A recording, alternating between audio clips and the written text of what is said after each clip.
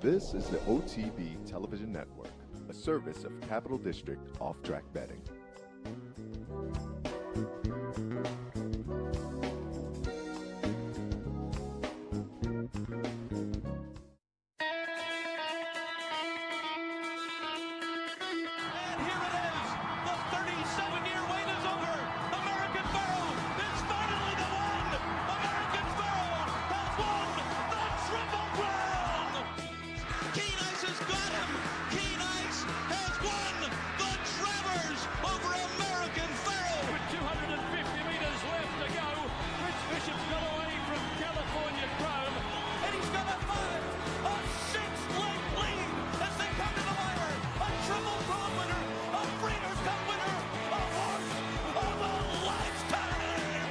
Broadcasting live from the Capital OTB studios, this is Racing Across America with Seth Merrow.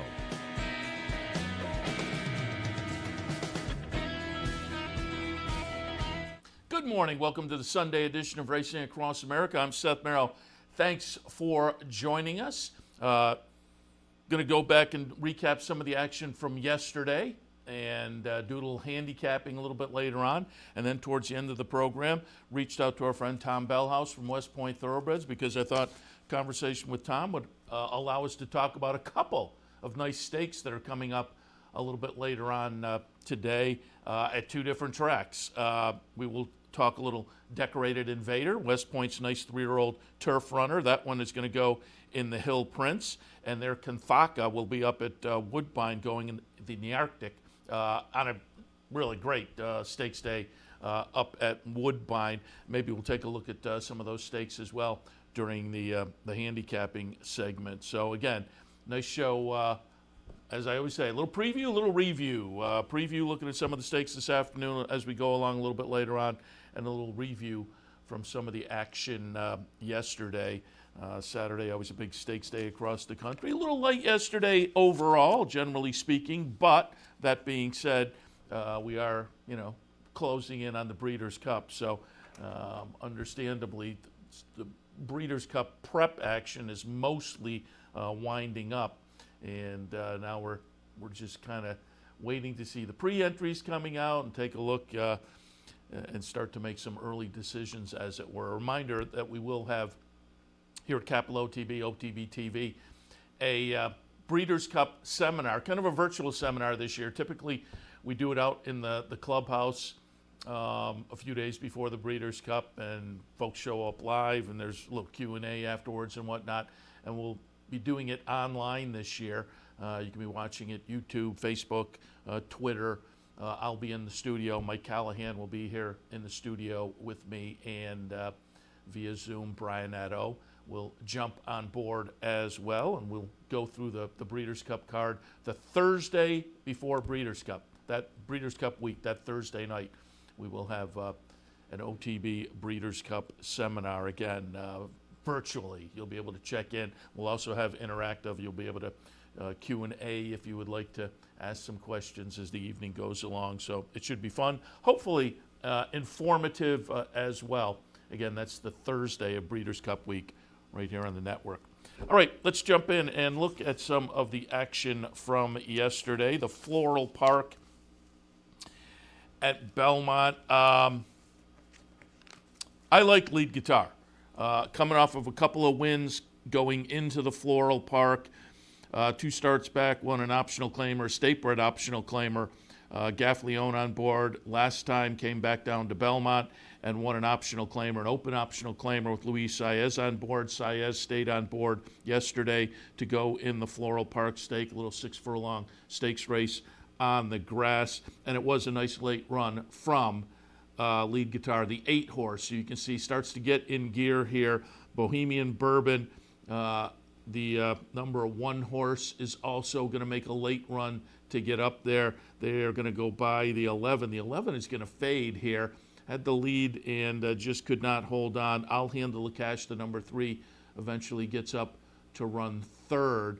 But as I say, a nice late run from Lead Guitar. Went off as a 2-1 favorite. Bohemian Bourbon for Ian Wilkes. Good second at 15-1, and I'll Handle the Cash I didn't use Bohemian Bourbon in the mix. I'll Handle the Cash, though, I had underneath. That one, I'll Handle the Cash, kind of a nice record over the Belmont Strip, and again, runs third at 11-1. So you got a nice $64 and change exacta for a couple of bucks. The 50-cent try was 94 with the 2-1 favorite on top. Again, got 640 on lead guitar in the win spot, but you got a little value certainly underneath if you played around with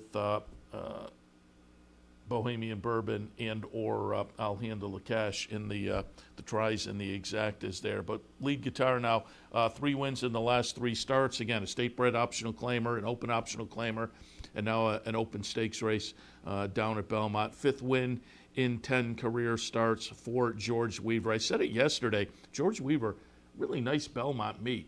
He's on a little bit of a roll down there. You have to take a look at the George Weaver runners down at Belmont, certainly, because, again, he's, since the move down there from Saratoga, he has been on, as I say, a little bit of a roll moving forward down there. So keep the Weaver horses in mind as the meet progresses down at Belmont for another couple of weeks or so. All right, let's move on to the Raven Run at Keeneland. As I say, the Breeders' Cup prep races are kind of winding up, but this likely to have some Breeders' Cup implications in the Breeders' Cup Filly and Mare Sprint. Raven Run. Favorite, no surprise, at 8-5 was Venetian Harbor. I took a little shot against that one with Reagan's Edge, the 6 horse, but Venetian Harbor just went out, and unfortunately, 4 Graces just never got out there and challenged. That was the one that you thought may go out and give a little oomph early. 4 Graces, the 2 horse. You can see the chicklet in the back of the pack, and she just never got going to challenge Venetian Harbor. So Venetian Harbor just kind of floats along on the front end. And as I say, I like Reagan's Edge. You can see that one in the mix there. Top of the stretch, I thought it was in a good spot. Even here, you thought, maybe somebody's going to get up there. Finite for Steve Asmussen runs a good second. Grand Cru Classe runs third for Bill Mott. And again, they were making up a little bit of ground late, but I don't know whether you ever really if you had Venetian Harbor, I don't know whether your heart was pounding. As they say, she went out there and kind of floated along to get her second win this year, her first win since going back to February out at Santa Anita in the Las Virgenes. Since then, had run second in the Fantasy at Oaklawn to Swiss Skydiver. She had run second in the Ashland in July at Keeneland to Speech, and then she had run second last time in the test behind the eye-popping performance at Gamine. So she had run into some real buzzsaws in the last 3. As I said, I took a little shot against with Reagan's Edge. I had Venetian Harbor right underneath, though. You weren't going to leave her out. But she looked very good yesterday, and again, likely to have some implications going forward to the Breeders' Cup Filly and Mare Sprint, as that'll be the game plan for her going forward. And it's always nice to head into the Breeders' Cup with a stakes win over the track where the Breeders' Cup will be run. So that's going to be a bonus as well for Venetian Harbor. Nice win for her yesterday. Manny Franco for Richard Balthus, teaming up there again on the 8-5 favorite. $5.20 the win there, and with the Asmussen horse underneath. Asmussen's finite 9-1. It was a $53 and change exacta there. Grand Cru Classe at 20-1, juiced up the try nicely. The 50-cent try, $104 and change. So the very nice value in the try, and a couple of horses that you could have played around with. Certainly, it was a fun field where you could have gone a few different directions. Particularly if you were taking the shot like I was against Venetian Harbor. There were a couple others in there that were a little bit intriguing, but going against Venetian Harbor turned out to be the mistake yesterday. She looked good, pretty much wire to wire in the Raven Run. All right, let's move on now to Santa Anita. We had talked a little bit about this one yesterday on Racing Across America with Mike Curry from America's Best Racing, the Autumn Mist. It's 3-year-old fillies going a mile on the grass out at Santa Anita. And we kind of thought that Warren's Showtime would be the tough horse to beat here, and that's exactly how it turned out. Warren's Showtime was 3 for 4 over the Santa Anita turf course in the career. Now 4 for 5, winning the Autumn Miss yesterday. Chart margin was only a neck. Warren's Showtime is the 5, going to Vegas. 6 runs second. Nasty, the 3, runs third. But at 3 to 5, Warren's Showtime gets up here. Again, chart margin was a neck, but it was a nice late run under Flavian Prat. It was interesting. Trainers, 1,000th victory for Craig Lewis in the Autumn Miss yesterday. So that it's always nice when you hit the career milestone like that in a nice little stakes race. Nice graded stakes event yesterday, and not only got it to go into the winner's circle and hold the trophy and collect the check, as it were, but also there was pictures online of holding up, again, as is the case normally, one of those little signs that notes the career milestone. Yesterday, the 1,000th victory in the stakes race with Warren Showtime. And nice, Warren Showtime, a nice Cal bred, 6 wins now and 13 career starts, over $500,000 in the bank for the team there. Nice little 3-year-old turf filly out in Southern California. Keep our eyes on again in those kind of filly and mare turf stakes out there. All right, and let's move on. Always like to look at the 2-year-olds, and there was a nice little 2-year-old filly race up in Canada yesterday at Woodbine. And again, you look to these races for pointing to horses in the future. And Super Sensational was the 3 to 5 favorite, but this was a field that had some interesting horses. I was interested to see what Reinforced did from Josie Carroll, who looked good in the debut, and unfortunately, Reinforced just disappointing in the second career start. Did have a little bit of trouble, so we'll give that one another look going forward. But Reinforced finished 6th out of the field of 7, but there you can see in front looking very good. Super Sensational, number 3 horse from Mark Casse. Patrick Husbands was on board for the nice debut win as well. So now 2 for 2 in the career. 121 and change for the 7 furlongs in the Glorious Song yesterday.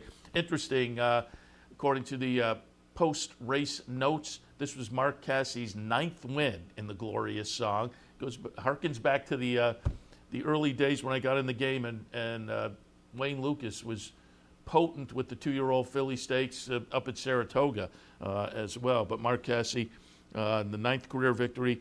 And if I read correctly, Patrick Husbands has teamed up for 5 of those with Mark Casse. So they get another one as a team yesterday. Went out for Mrs. Weber and Live Oak Plantation. A horse that was purchased, Super Sensational, right up here, right up the turnpike at Saratoga last August. They paid $720 last August, meaning last year. Obviously, no auction this year, but they paid $725,000 for Super Sensational up here last year, and she has proven to be worth the investment so far in the first couple of starts. Be interesting. I mean, this is a 3-year-old Kentucky bred, so all options are on the table, and certainly Mrs. Weber plays the game at the highest level, and we'll have to see, as does Mark Casse, and we'll have to see what they do going forward as Super Sensational goes from 2 to 3, because obviously the first 2 races of the career being up in Canada were on the synthetic racetrack. We'll see what that one can do going forward, but really nicely bred.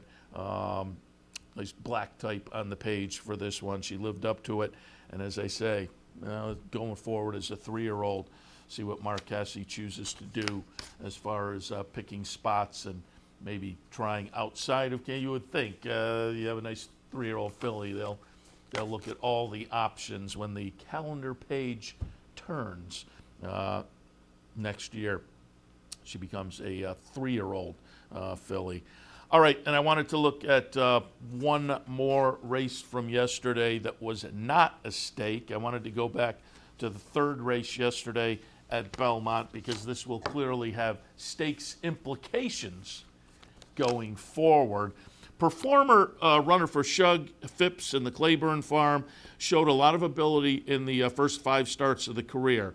Ran 3rd in the debut back in November 2018 as a 2-year-old. then laid off from that start until June of last year. Came back as a 3-year-old, ran 4 times, won 4 times, including winding up the season last November, winning the Discovery. Off since the Discovery, and I was supposed to have a start earlier this year, maybe the Carter, and came up with a little ding, so things got set back. And so it's coming back yesterday in an optional claimer. And the question is, from a November to an October layoff, how is the horse going to do? Now, the layoff last year went from November to June, came back fine. So I put the horse on top, as did everybody else. The horse went off at 30 cents to the dollar. But there was the question mark off the layoff. Would Performer be ready and run a top effort? And we're going to look at the stretch run here, and Performer's the number 2. It looks like Musical Heart is going to make a challenge here, but then Performer kind of, and really Joel Rosario is not really moving, whereas the jock on Musical Heart, Irad Ortiz, is asking, and you can see Performer just kind of easily opens up here. The final chart margin just under 2 lengths, and again, is the 30 cent to a dollar favorite, gets it done. So now 5 wins in 6 career starts. You would have to think big plans for this one going forward. And watching the pregame show yesterday from Naira and Anthony Stabile was kind of speculating maybe they shoot for the Cigar Mile for this one, which wouldn't be a surprise. Yesterday's race was that 1-turn mile down at Belmont. And again, it was a nice performance, nice race that says the horse seems to have come back in good form, and clearly, again, what we've seen so far in the career, they've been kind of patient with the horse, no question about it, which you always got to appreciate. Broke the maiden in the first start of last year, then a non-winners of 1 other than, a non-winners of 2 other than, and then they moved to the Discovery to stay in against only 3-year-olds. That's a restricted stake. So again, they were cautious, and they come back in an optional claimer with a C condition that allowed the horse to run in this race. So got to appreciate what they've done with the horse so far, and obviously has flashed plenty of talent.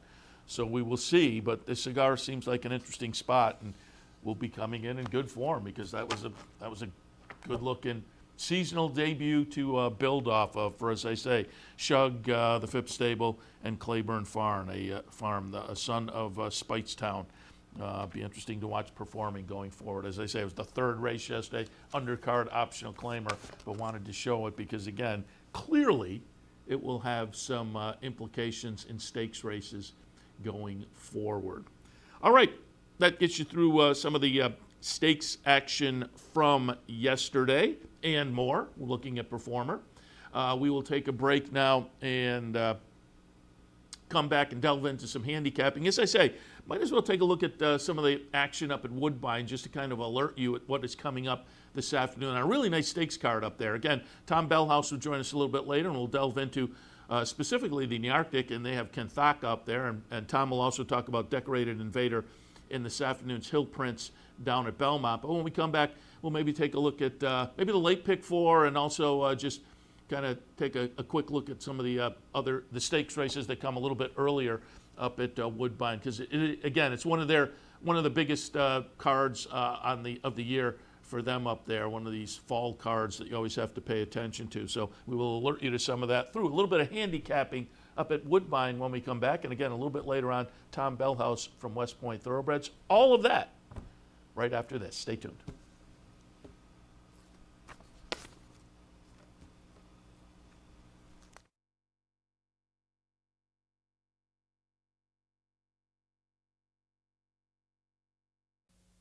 Where's the best place to find your favorite teams, your favorite food, daily drink specials, and wagering on live horse racing? Legends Field Sports Bar, 711 Central Avenue, Albany. Get your game on day or night with 75 flat-screen TVs, tournament-style pool tables, a private banquet room, and live horse racing. So if someone asks you where's the best sports bar in the Capital Region, tell them Legends Field Sports Bar, inside the Clubhouse Racebook, 711 Central Avenue, Albany. What if there was a way to become a better horse player, to have a better knowledge of the game, to be more successful? What if there were a way to take what you've learned, what you know, and make better decisions, better choices? In horse racing, knowledge is a powerful tool. Race results and replays, past performances, and live streaming. Wagering from all your digital devices. Capital OTB. Become a better horse player. Birdstone is an outside front. They're coming down to the finish. Can Smarty Jones hold on? Here comes Birdstone. Birdstone surges past. Birdstone wins the Belmont Stakes. In front, but here comes High Chaparral. High Chaparral, the defending champ, to take it to Falbrough. These two arch rivals head to head with Joe Hart bearing down on them. It's going to be a 3-horse photo finish in the turn. Here's the wire. Photo finish. Welcome back to Racing Across America on this Sunday morning. I'm Seth Merrow. Again, thanks for joining us. Let's take a look at, again, some of that Woodbine action. Nice stakes day. And I'll look at the late pick 4, but there are a couple of stakes before that. So just to kind of alert you, we'll take a quick gander at those as well. 5th race this afternoon at Woodbine is the Northern Dancer. Grade 1 event. $300,000 up for grabs as they will go 1.5 miles on the grass. And in the Northern Dancer, I'm going to look for Admiralty Pier to maybe steal this on the front end. It's coming out of a couple of mile races, including the Woodbine Mile last time. Led for much of that race before getting passed late by a number of horses. Starship Jubilee, nice runner up there, the Canadian Horse of the Year. Won that one for Kevin Attard. March to the Arch, War of Will. Second and third for Mark Cassidy. So it was a nice field. Woodbine Mile always is a nice field. I said it when we talked to Mike Curry yesterday, though. For folks who are maybe new to the game, it may be counterintuitive, but speed is always dangerous the longer you go. So at the 1.5 miles, I wonder if Admiralty Pier might not be able to kind of step out, lope along a little early. So again, I'm going to look for a little theft on the front end from that one. Count again underneath. Coming off a nice win last time in the Singspiel, which was on that Woodbine Mile card. Sat in the mid-pack for much of the race and then had a nice closing kick at the 1.25 miles. So I think is set up well. It's only raced 6 times, so this is a lightly raced 5-year-old from Gail Cox, who I also said yesterday. Gail Cox, over the last year or so, going back to the Woodbine Mile last year, these big days, you have to pay attention to horses she's tossing out there. And in the last start, Count Again was one of those, winning the Singspiel at 9-1. But I'll throw that one in. And Grand Motion brings Nakamura up, who ran 4th in the Singspiel last time. There are a number of horses coming out of the Singspiel that you can kind of look in those directions for players in here, but ran 4th in the Singspiel. I think this horse, Nakamura, will be a player in here this afternoon, though. But again, I'm just thinking Admiralty Pier looks to be the speed, maybe shakes a little loose early. That's what we're hoping for, and becomes tough to run down late in the Northern Dancer. I have it in that 5th at Woodbine. 7, 8, 5, and 3. In the 7th race at Woodbine, that's the E.P. Taylor Grade 1 event. 1.25 miles on the grass in the E.P. Taylor. I will go 6, 1, 3, and 4. I'll put Secret Message on top. Went down to Kentucky Downs last time and ran 5th in the ladies' turf on a yielding course down there. It's a funny course. It was a yielding course. I mean, funny in that funnily configured, and there are ups and downs. Some horses take to it, some horses don't. Horses coming out of that Kentucky Downs meet, though, seem to have been running well as they've moved to other venues. But I'm looking at the race just before the Perfect Sting up at Saratoga. That was a good effort. The Jenny Wiley down at Keeneland ran 6th, but that was behind Rushing Fall. You have to go back to May to get a win, but that was the Mint Jewel up at Churchill. But I'm just looking and thinking, comparatively speaking, I think Secret Message can be a player in here for Grand Motion. So I'll put that one on top. Ride for the Cause, won the Canadian last time out for Gail Cox at 22-1. So again, you have to watch these Gail Cox runners on the big days. And this one validated that, again, the middle of September in the Canadian. And I think off of that and a win just prior, this one's in good form and logically a player. And Etoile for Chad Brown goes up. Peter Brandt, Magnier, Tabor, Chad Brown. Only a couple of races so far in North America. Started the career over in Europe. Ran in the Gamely at Santa Anita back in May. Never really got into that. Then came to Woodbine in the middle of August for the Dance Smartly and ran decently. So I'm going to put that one in with a couple of North America experience efforts that seem to be kind of improving efforts. It is Chad Brown. I will say, last time ran a close-up second to Theodora B., who I put down in the 4th spot for Michael Dickinson, which I may regret because that one is coming off a win in the Dance Smartly 2 starts back and then went down to Kentucky Downs, and this one won one of those stakes races down at Kentucky Downs. So I have Theodora B in the 4th spot, but I may regret that because I think that horse is a player in here too. In the E.P. Taylor, 6-1, 3, and 4. And now let's kind of go through the pick 4, the late pick 4 at Woodbine, which again will include another couple of stakes as well. It starts out though with a calendar condition allowance event, the 8th race at Woodbine. Again, part of that late pick 4, kicking off the late pick 4. Calendar condition allowance, 6 furlongs to trip. 1, 8, 6, and 4 in the 8th at Woodbine for me. Red Hierarchy, just a logical choice in here. 4 starts, 3 wins, and a 3rd place finish. 3rd place finish was in kind of a similar event last time, although it was at 7 furlongs. So I'm kind of hoping the cutback gets this horse rebounded to a winning effort. Won the first 3 starts of the career, won them pretty easily. They were all at 6.5. Last time stretched to that 7, had the lead late, and then just got nipped to run 3rd. So again, we'll look for Red Hierarchy to rebound with the cutback to the 6 furlong trip today. And again, it's going to be a short price and kind of logical. Alternatives to start your pick 4, Cash Dividend. I'm looking at the races 2 and 3 back. Last time, maybe a little bit of a clunker or a little bit disappointing, I suppose. You know, finished 5th. Not badly beaten. Was behind, as I say, Red Hierarchy last time ran 3rd. This horse ran 5th in that same race, a couple lengths back. But the 2 races just before that, I think, is closer to what we're hoping for today. And I think that's very possible. Electronic in the 3rd slot off a nice win last time. It was against Lesser. It was a conditional claimer. Claimed out of that race. So they're getting ambitious.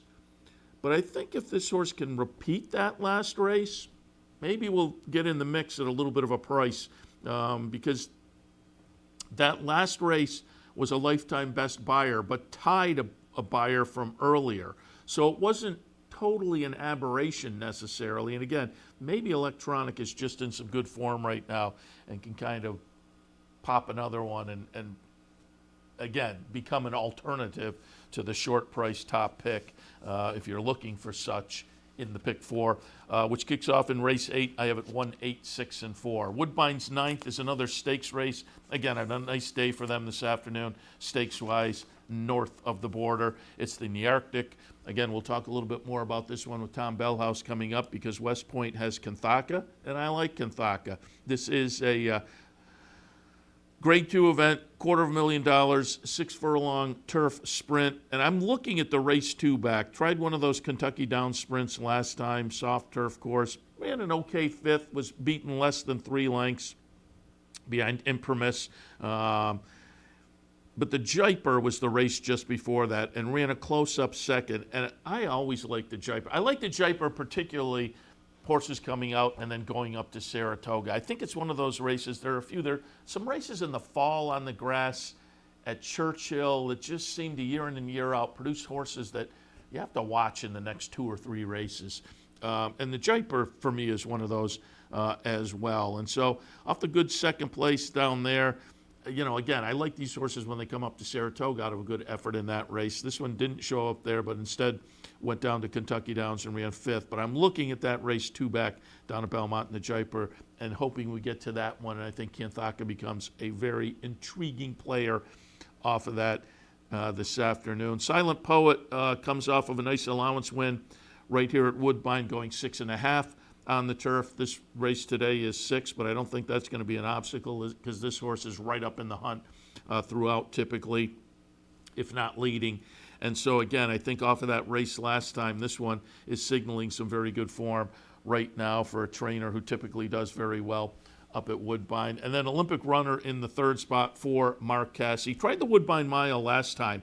And as I say, when we mentioned the Woodbine Mile earlier, won by Starship Jubilee and a really nice performance for Kevin Attard. But then Mark Cassey runs second, third, and fourth, March to the Arch, War of Will, and then Olympic Runner running fourth. So no shame running behind those three in the Woodbine Mile. The cutback today is going to be intriguing, though. This horse ran a good second, 2 starts back at 6 furlongs, albeit on the main track, the synthetic, but ran second to Pink Lloyd last time, and second to Pink Lloyd 2 starts back. We know how talented Pink Lloyd is, certainly up there at Woodbine. The 2 races before that was behind Silent Poet, the one that I stuck in the second slot. So again, I think Olympic Runner, another one that a little bit intriguing. Went off at 58-1 in the Woodbine Mile, so outran his odds running fourth in there, and a good fourth. So we'll look for that one to bounce forward this afternoon in the Nearctic and be a player in here. I have a 2 in the Nearctic, race 9 at Woodbine, 2, 5, 9, and 3. And third leg of that late pick 4 up at Woodbine this afternoon is going to be race 10, the Display. These are 2-year-olds going 7 furlongs, kind of the male version of the 2-year-old race we saw yesterday with the fillies and the nice Mark Cassey runner there. Super sensational. I have this one 6, 3, 5, and 8. I'm going to look for Mark Cassey to go right back into the winner's circle with the 2-year-old this afternoon off a big debut effort. Helium on top for me. Again, debuted back at the end of September, won nicely, just about 4 lengths, the chart margin. And, in field of 8, did it with a buyer number that stacks up nicely with this group. And again, we saw what Mark can do with these 2-year-olds coming off the maiden victories yesterday when he won with Super Sensational. So Helium on top. McLean's Posse in the second spot, Josie Carroll runner. And I mentioned Josie Carroll yesterday had that Reinvested, who looked really good in the career debut. I was excited to see what she could do in the Glorious Song yesterday. She disappointed. We'll look for maybe a little rebound for the Josie Carroll stable with McLean's Posse. McLean's Music Runner lived up to that win early sire breeding with a win in the career debut, a nice win. And Contreras was on board that day, back on board again today. He's one of the jockeys you have to watch up there. So as I say, we'll look for the Josie Carroll runner to do better in the male version than we saw in the female version yesterday. And Rocket Reload, 3 races, so showing some experience. 5th in the career debut, won the second start, and then 3rd last time in a stakes race. But again, with the experience and the improving number going forward, we'll look for that one to be a player as well. There's another super in here, super classy, but it is not a Mark Cassey Live Oak runner. Live Oak better put the trademark on their super. And if folks don't know, the whole super thing, super spelled S-O-U-P-E-R. Charlotte Weber, the Live Oak, the head of the Live Oak stable, is the inheritress of the Campbell's Soup fortune, as it were. And so that's where the super name comes. Is kind of a clever play on that. But as I say, Super Classy is not a Live Oak horse, but the offspring of the sire Super Speedy. So that's where they get the super from there. But as I say, Live Oak better put their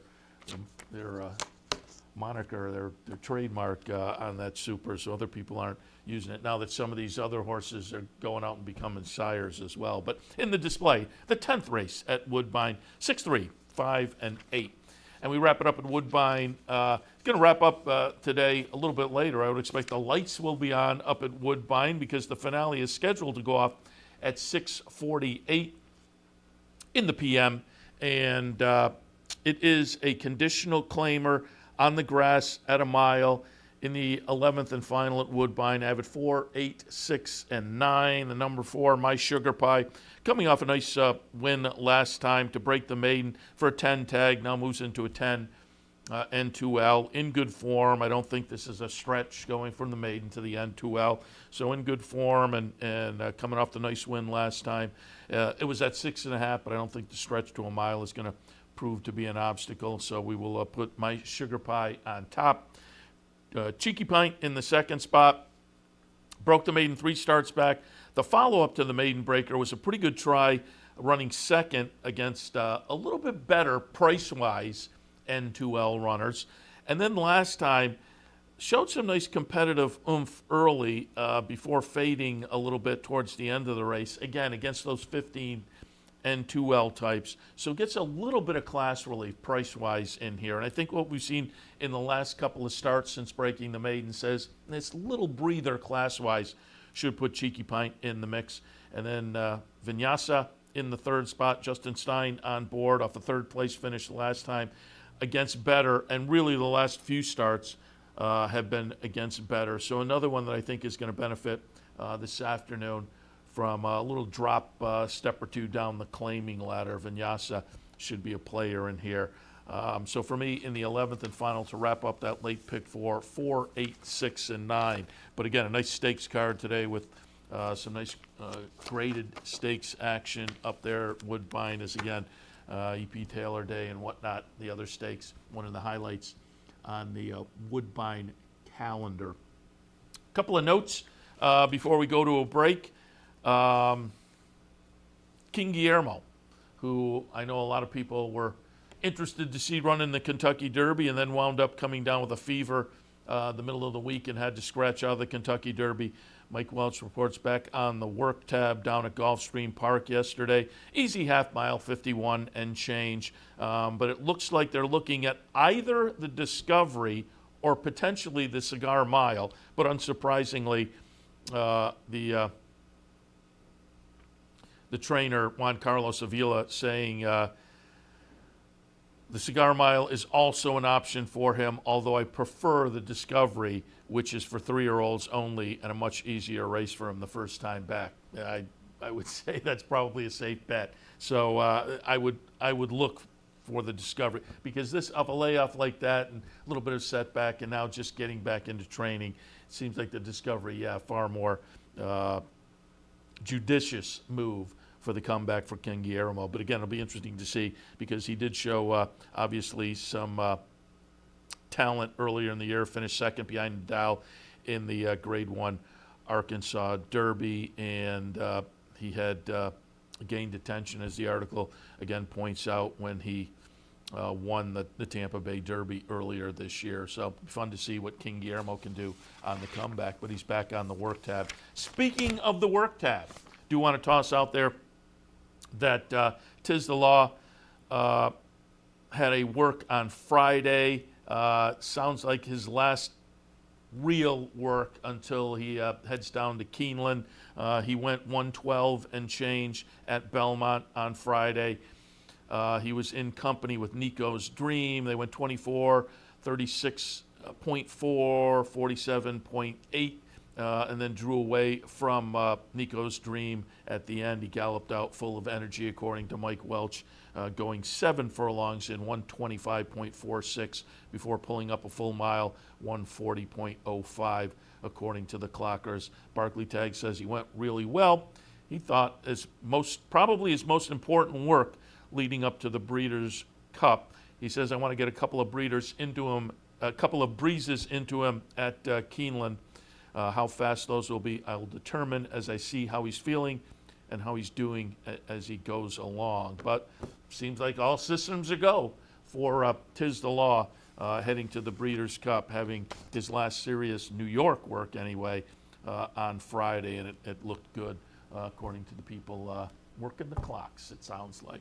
All right, we will head out. When we come back, we will be joined by Tom Bellhouse, West Point Thoroughbreds. Again, they have a couple of nice runners coming up in stakes action this afternoon at both Woodbine and Belmont. We'll talk about that when we come back for Racing Across America with Tom Bellhouse right after this.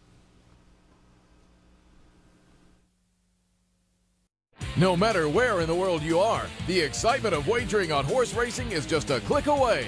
You'll get live streaming, past performances, race replays, our virtual tote board, analysis and selections from professional handicappers, a simple, safe, and secure wagering platform, and best of all, you get track prices. CapitalOTBBet.com. Bet any place, anytime at CapitalOTBBet.com. And be sure to download our new mobile app from the iTunes Store or Google Play. Tis the law, and the New York Red is going to win New York's Belmont Stakes. Authentic has won the Kentucky Derby. And it's maximum security off the turn in front. It's improbable in front, inside the 8 pole. You're unbelievable.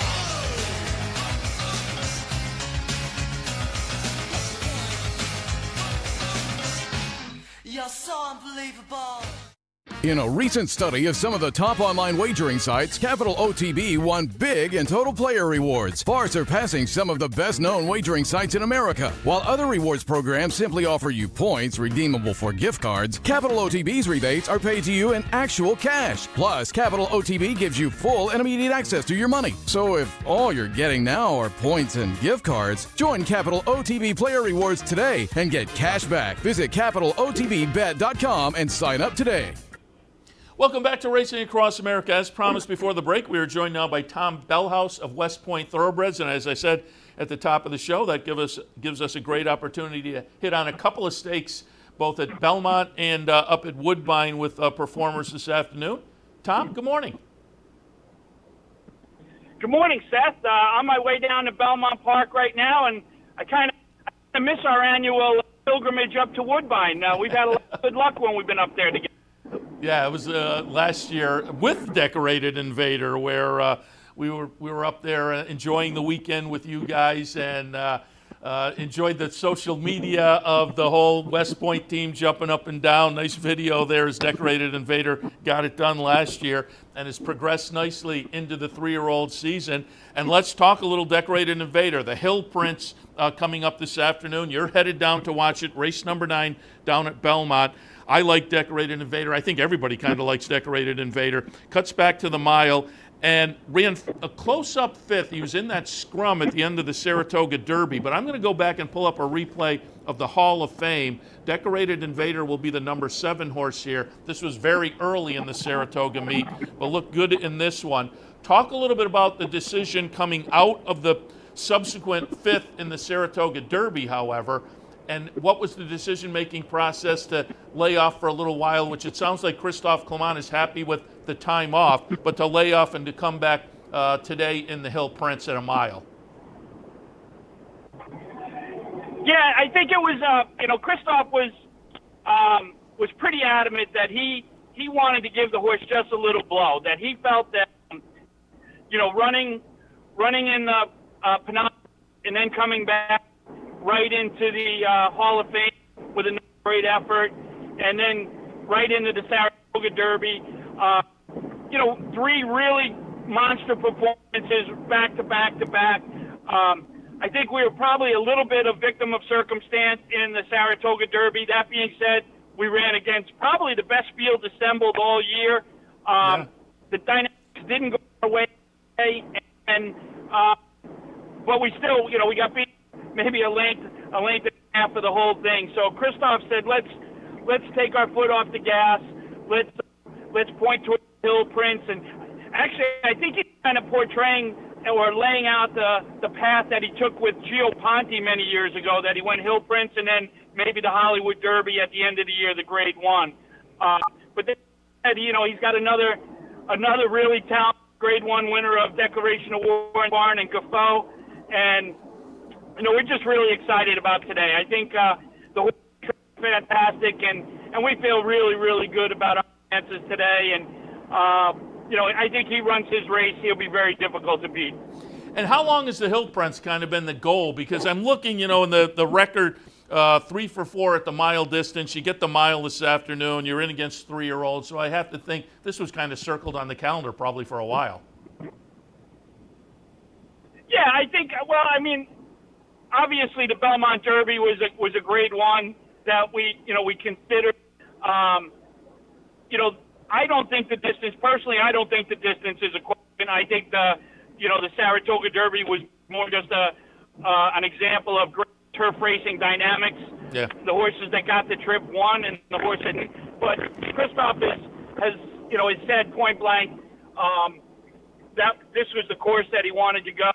And it really, the part is, it takes the Breeders' Cup out of the equation with, running 3-year-olds against some of the older milers and people that'll come across the Uber of the world and the horses that'll be coming from Europe. Really takes a nice conservative approach, and hopefully we have a monster 4-year-old campaign where we'll dance all the dances. Any concern about, there was the weather on Friday and most of the races were off the turf yesterday. Any concern about the track condition? And I say that going back to, that Woodbine, the summer stakes up at Woodbine last year was on a yielding turf course. So I'm assuming probably you guys are okay no matter what the situation is course-wise. Yeah, I think all of us would have preferred just firm turf when we can get it, but I don't think it's a huge concern for us given how we ran last year. The big thing is he's training great, and the big concern we had coming into the race was he's a horse that really needs to gallop every day.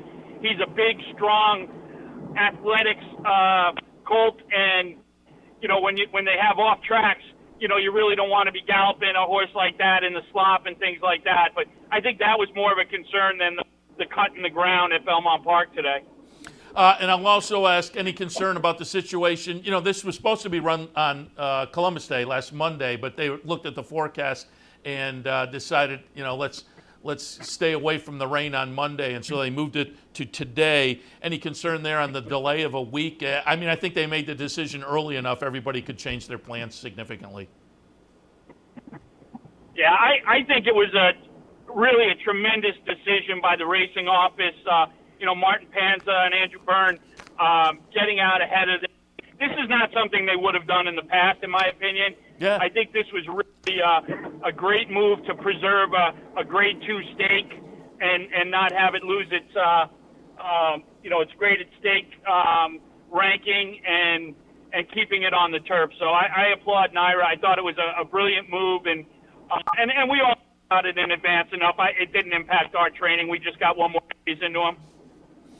I think you're right. It's not something you have ever seen too often, but I think it is a great move to hold the turf race on the surface it's supposed to be on. Certainly it plays into the hand of you guys, and I think Decorated Invader looks very good this afternoon, so we'll wish you a lot of luck there. But let's shift our attention now up to Woodbine a little bit and get a thought on Kanthaka. I talked about this race a little bit earlier today, and I said, boy, I always like the horses that come out of the Jaipur. I like them when they show up at Saratoga. Kanthaka didn't. You went down to Kentucky Downs subsequently, but I'm going to go back and pull up a replay from the Jaipur. This is back in June at Belmont. Alexandra is going to be the winner. The number 2 is going to be the winner at 2-1, but Kanthaka at 16-1. A solid second in here. The number 1 horse running second behind Alexandra. Talk a little bit about this afternoon up at Woodbine, 6 furlongs on the turf for Kanthaka. And again, subsequently went to Kentucky Downs and hit a soft turf course up there. But the Kentucky Downs horses have been doing very well as they've gone to other venues. So what are your thoughts this afternoon on Kanthaka up at Woodbine? Well, I'm really glad I'm in the car so I don't have to watch that Jaipur replay again. As it came under the wire, I thought, man, that's a tough beat. That is a tough beat. Yeah, that was day, and those of us on the wagering side, that would have tilted the wagers a lot differently. Get up. It was really a phenomenal effort off of the bench. And great. If you look at this horse's PPs, he's basically on his second career, so to speak. He was a top flight horse, great stake winner in California, very nervous horse, very hard to ship. I mean, we've shipped to Belmont twice and didn't get to run just because he couldn't handle it physically. And he's just really, really reinvented himself down there, hit Grand Motion. very, very careful picking our spots with him. You know, he's a horse. It takes a lot out of him, all of his races, and you know, I think we're very excited about today. There looks like there's some speed in the race, which is a positive for our running style. And you know, obviously Mark, he always has a couple in there to worry about. You know, if he shows his A game, I think we'll be right there. He's a really talented horse that just, you know, you just manage him carefully. You know, he can't win too frequently. Yeah, and again, he's now in the Barnet Grand Motion, been training down on the synthetic surface down at Fair Hill, so looking forward to him this afternoon too. And Tom, before we let you go, I wanted to go back a couple of weeks because you had a nice debut winner down at Belmont, nice little New York bred that maybe we'll look forward to moving ahead. Phantom Smoke, you own him in combination with some other folks, but we're going to take a look at, as I say, 2 weeks ago, the debut run for Phantom Smoke, be the number 7 horse here. Went off as the favorite, so took a little action. We can see the West Point Silks there. He gets a nice late run under Junior Alvarado to get it done. Always like to have a career debut winner. Talk a little bit about Phantom Smoke and the debut win. Yeah, much to the chagrin to our friend Andy Sir, who he really kind of took it apart before the race, but he's really, we haven't scratched the surface with towards Seth. I mean, he the replay coming down the stretch. He's so green and he's having fun, and I mean, when he gets serious about being a racehorse, who knows where we can go with him. I think our next spot with him is going to be the Atlantic turf race in New York before he gets put away for the winter time. Christoph takes almost all of his horses down to Payson. So we're very excited about this horse. He's a really, really talented animal. Christoph has always been high on him. He was down at Kinsman Farm with the Steinbrenner family, and that's where he was early beginnings. And then he got up to Christoph, him and Christoph L'Oreal, who trained for him at Belmont, have been extremely high on this horse. So very exciting time, and he's a New York bred, which we love, as you know. It'll really be, you know, I think we got 2 really beautiful New York bred horses with Christoph turf horses that we're going to have a lot of fun with in the years to come. Yeah, that was Phantom Smoke, and again, we'll watch for him next time. Worked a quick 9.4 before you guys picked him up at Ocala earlier this year. And just before I let you go, speaking of Ocala, and that's where you got Phantom Smoke this year, you guys play at the high end of the auction market. You have for the last few years. And I'm just curious, how has the auction game played out for you this year, given the scenario? Well, I think it was a combination of a couple things, Seth. It was, A, trying to gauge where the auctions would go, because the first sale here is Ocala March, and the COVID outbreak right during that week. So the sales prices at that sale were extremely strained.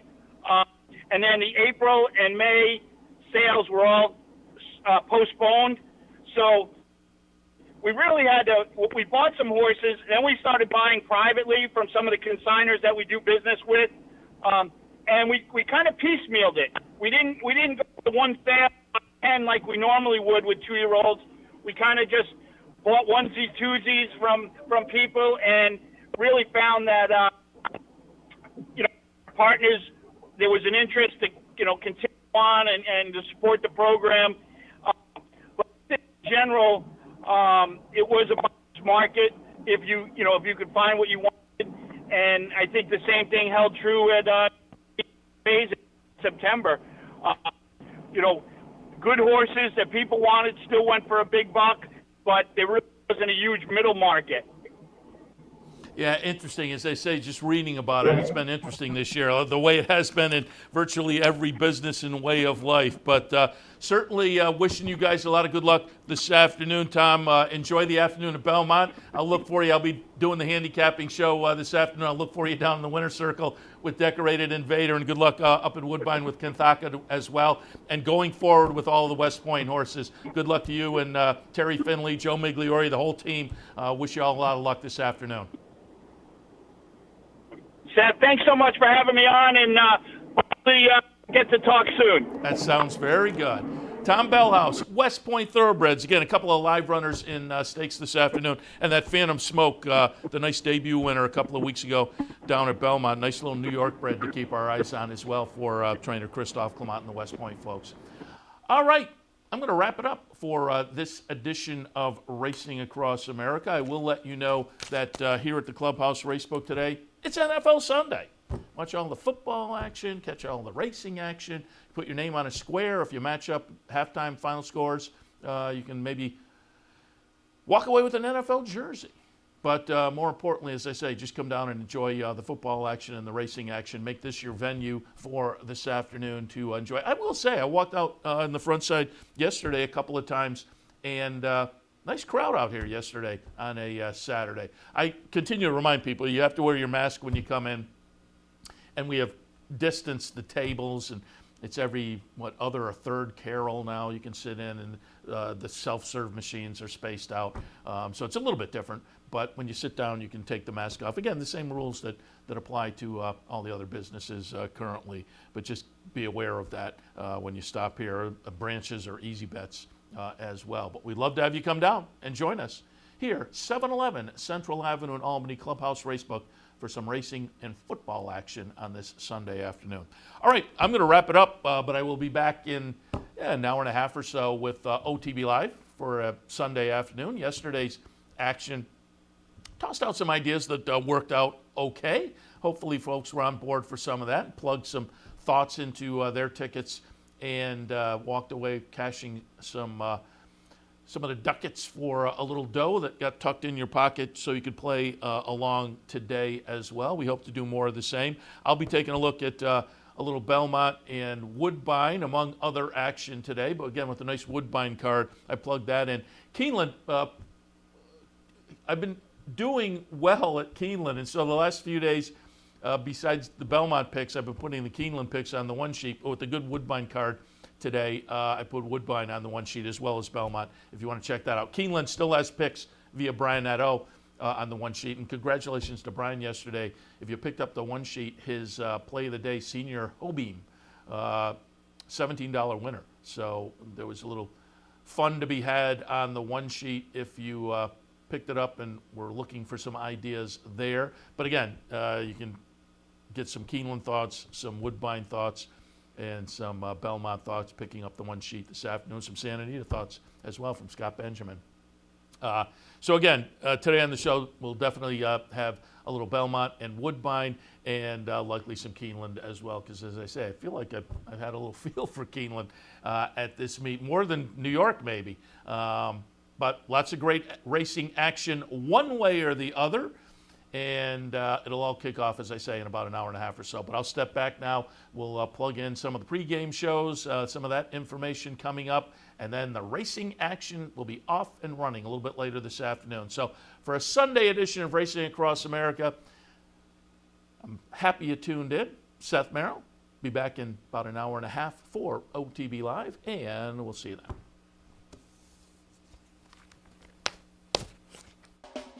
You're watching OTB TV, a service of Capital Off-Track Betting.